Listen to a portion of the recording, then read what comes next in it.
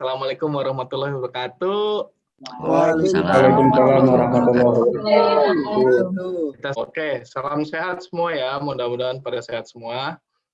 Gimana sih caranya supaya kita bisa dikenal gitu sama orang? Gimana sih caranya gitu kan? Oke.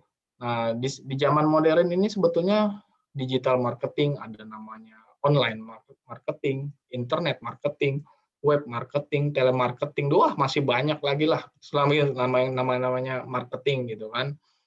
Nah, digital marketing adalah pemasaran produk atau jasa atau layanan yang menggunakan teknologi digital dengan melalui media digital seperti search engine, yaitu Google, Bing, dan lainnya, website, sosial media, email, aplikasi mobile, dan lainnya. Jadi semua yang ada di internet itu, aplikasi-aplikasi itu, nah itu, kita bisa memasarkan produk sebanyak-banyaknya atau seluas-luasnya di internet, asalkan punya kuota yang pasti ya.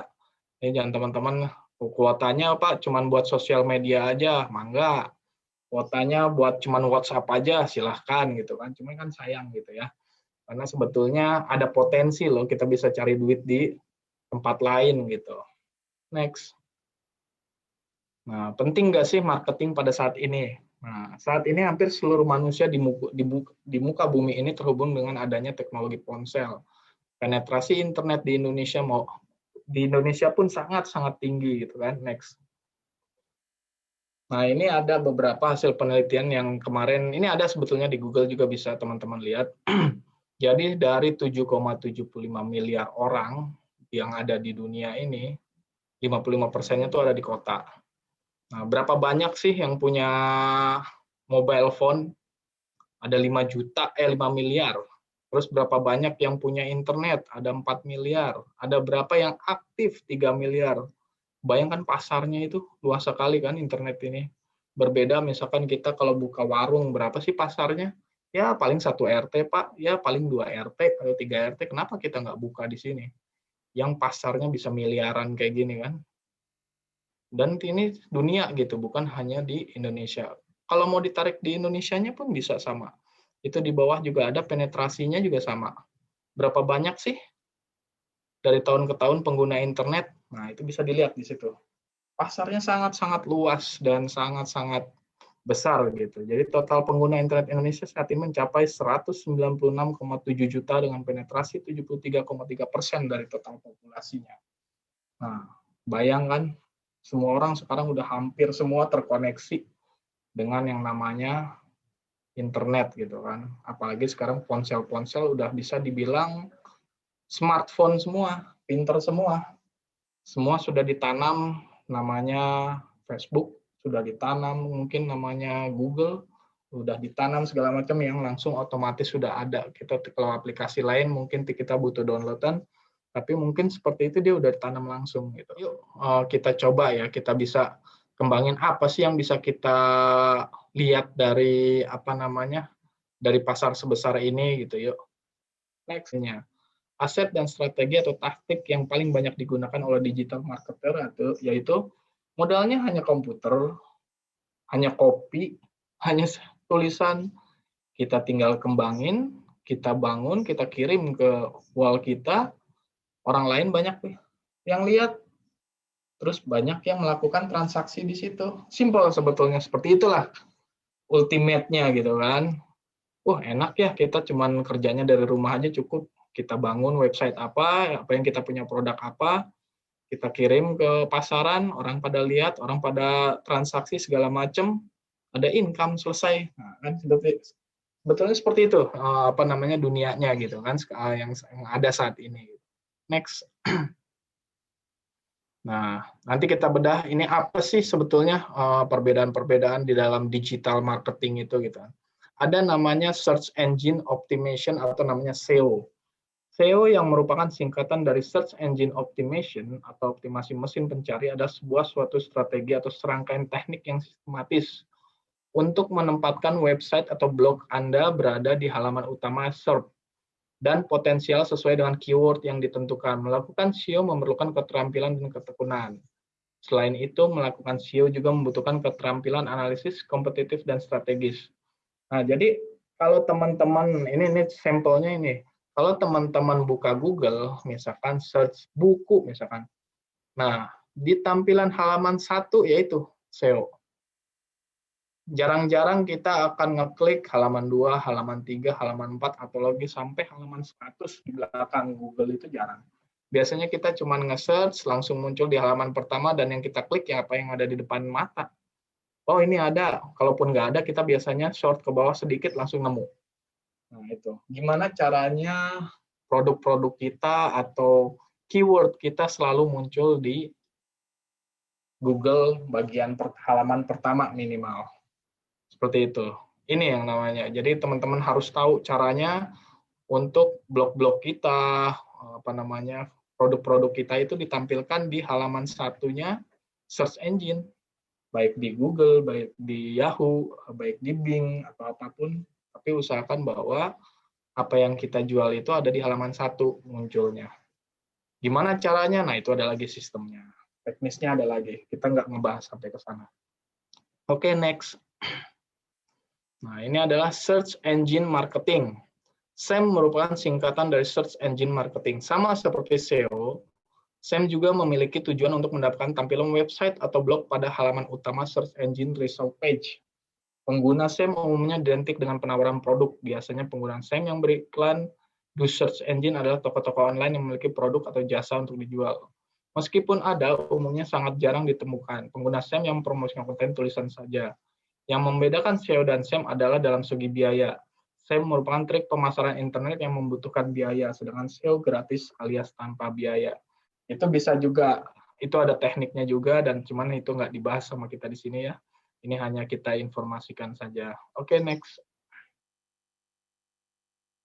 Content marketing. Content marketing merupakan pendekatan strategi pemasaran yang difokuskan pada pembuatan dan pendistribusian konten yang bernilai relevan dan konsisten. Content marketing adalah cara pemasaran yang dilakukan dengan menggunakan konten sebagai sarana atau alat yang melakukan pemasaran tersebut. Konten yang digunakan tentunya konten yang akan memiliki tujuan promosi atau memasarkan produk dan jasa dari sebuah website tersebut. Ya, teman-teman mungkin udah tahu mungkin yang namanya konten-kontennya kita bikin. Kita mau bikin konten apa sih? Produk apa sih? Kita mau bikin apa sih? Nah, itu yang akan kita coba untuk posting di wall kita, di FB kita, di sosial media kita semua, yaitu konten.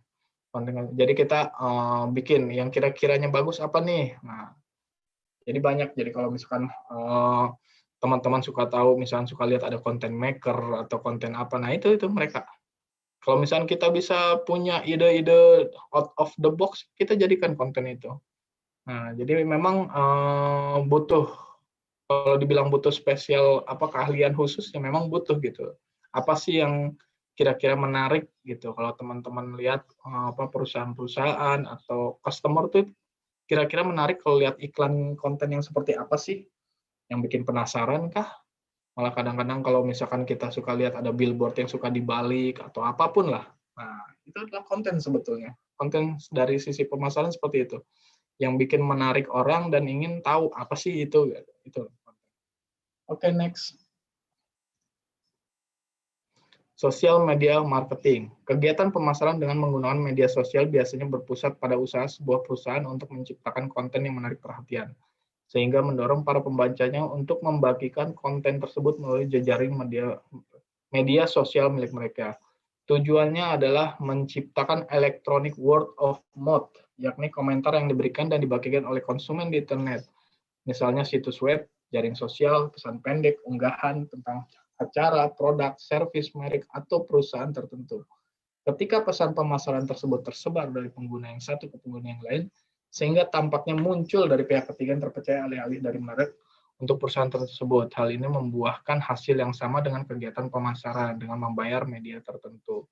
Ya, jadi kalau kita punya perusahaan atau apa, ini juga sama, kita minta disebarin ke orang-orang, misalkan seperti ini dong, diposting dong di wall teman-teman, misalkan kayak gitu.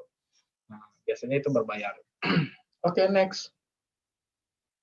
Pay per click.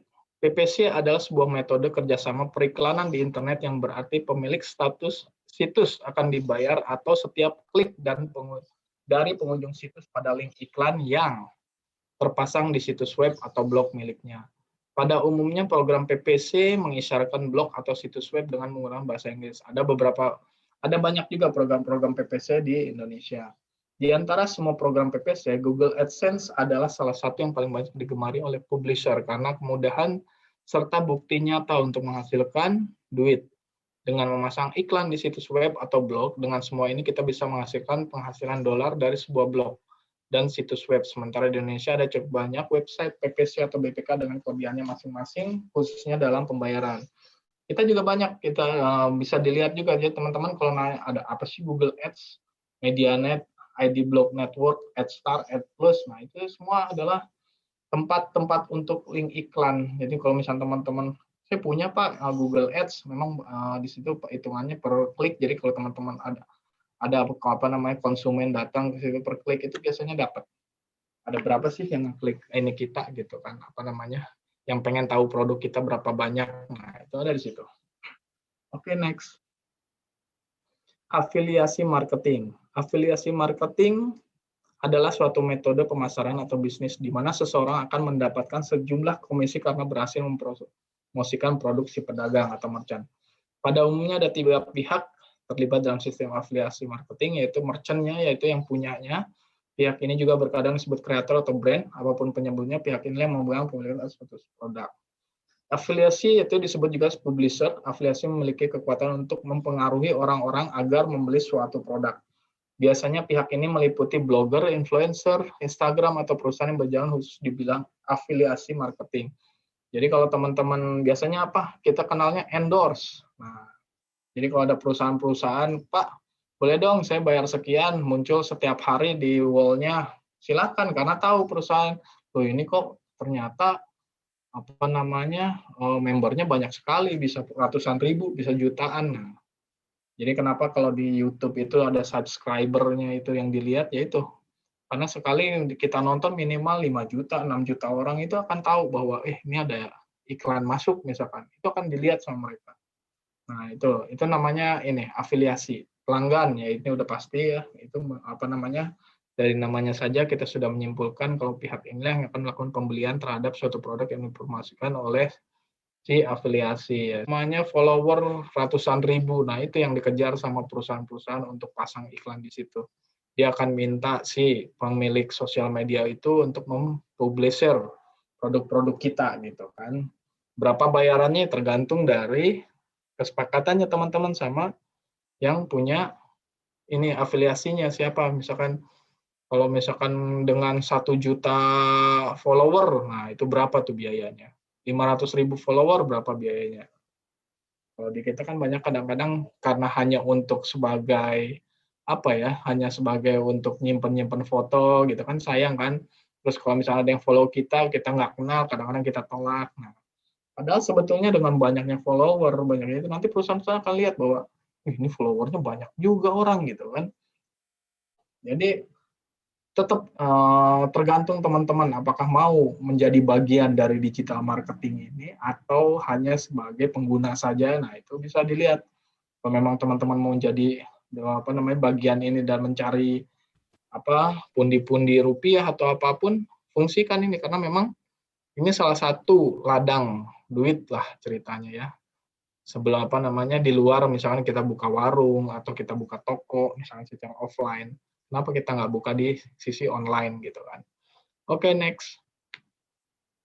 Native advertising. Nah, native advertising merupakan penggunaan layanan iklan berbayar yang disesuaikan dengan tampilan, rasa, dan fungsi dari format media yang ditampilkan. Kalau kita sering menjelajah feed sosial media, maka kita bisa menemukan native ads yang biasanya dimunculkan sebagai konten yang direkomendasikan. Native ads berbeda dengan display ads atau banner ads karena ia tidak terlihat seperti sebuah iklan. Kunci untuk mengenali native ads adalah saat tampilannya yang tidak terasa seperti sebuah iklan, bahkan cenderung menyatu dengan konten asli. Dan karenanya native ads tidak terlihat mengganggu. Nah, ini ada yang namanya in-feed ads, ada search dan promote listing, ada konten rekomendasi. Nah, ciri-ciri native ads ini ada di atasnya biasanya. Ada sponsor, atau ada icon, ada suggest post. Banyak-banyak untuk native ads ini banyak. Next. Nah, ini saya kasih untuk in-feed ads ya. Nah, itu. di bawahnya BB Club itu ada tulisan sponsor. Nah, ini seperti inilah. Ini adalah native ads, salah satu native ads yang biasa muncul di wall kita, biasanya suka ada muncul gitu kan. Nah, itu ada apa namanya? Itu adalah iklan gitu, sponsor. Next. Nah, ini juga sama. Native ads yang terletak di laman pencarian Google. Kalau Anda mengetik keyword di Google Search, konten di daftar paling atas biasanya adalah native ads. Biasanya konten ini ditandai dengan tulisan kecil ad di samping URL-nya. Jadi kalau misalkan nanti ada ad-nya itu yang hitam itu, nah itu berarti iklan sebetulnya. Oke, next. Content recommendation. Nah, rekomendasi artikel yang muncul ketika Anda selesai membaca suatu artikel seringkali adalah native ad, contohnya berikut ini. Jadi misalkan kita berita terkait apa misalkan, tapi biasanya suka ada tuh, nah itu sebelah kanan tuh yang dimerahin, UFA Official Store, nah promoted, nah itu juga sama, jadi kayak masuk ke berita terkait gitu, bisa diklik juga sama gitu. Jadi seperti menyatu dengan berita, dengan ininya kontennya. Oke, next. Nah, ini email marketing. Kalau email marketing ini strategi yang banyak dimanfaatkan perusahaan untuk melakukan pemasaran. Email marketing dibandingkan dengan metode marketing lainnya memang sedikit lebih tradisional. Jenis pemasaran ini berbeda dengan sosial media marketing yang bisa membuat orang langsung mengomentari produk yang diberikan. Ini mungkin teman-teman juga sering sekarang mungkin perusahaan-perusahaan kalau kita daftar sesuatu suka ditanya emailnya mana Pak, emailnya apa Pak, karena itu adalah cara mereka untuk mengirimkan pesan. Jadi secara gratis ya mereka akan menembak email ini gitu. Mungkin teman-teman sudah yang punya rekening misalkan Bank Mandiri, Bank BCA atau apapun biasanya kita ada tuh masuk, atau kartu kredit BSI atau apapun itu masuk tuh. Pak ini ada produk ini, atau misalkan dia ada himbauan apa-apa, nah itu salah satunya. Nah, ini fungsinya email marketing, cuman ini modelnya push, jadi memang dikirim dari perusahaannya langsung di push ke emailnya pelanggan mereka atau nasabah mereka. Memang ini agak lebih tradisional, jadi ini manual gitu.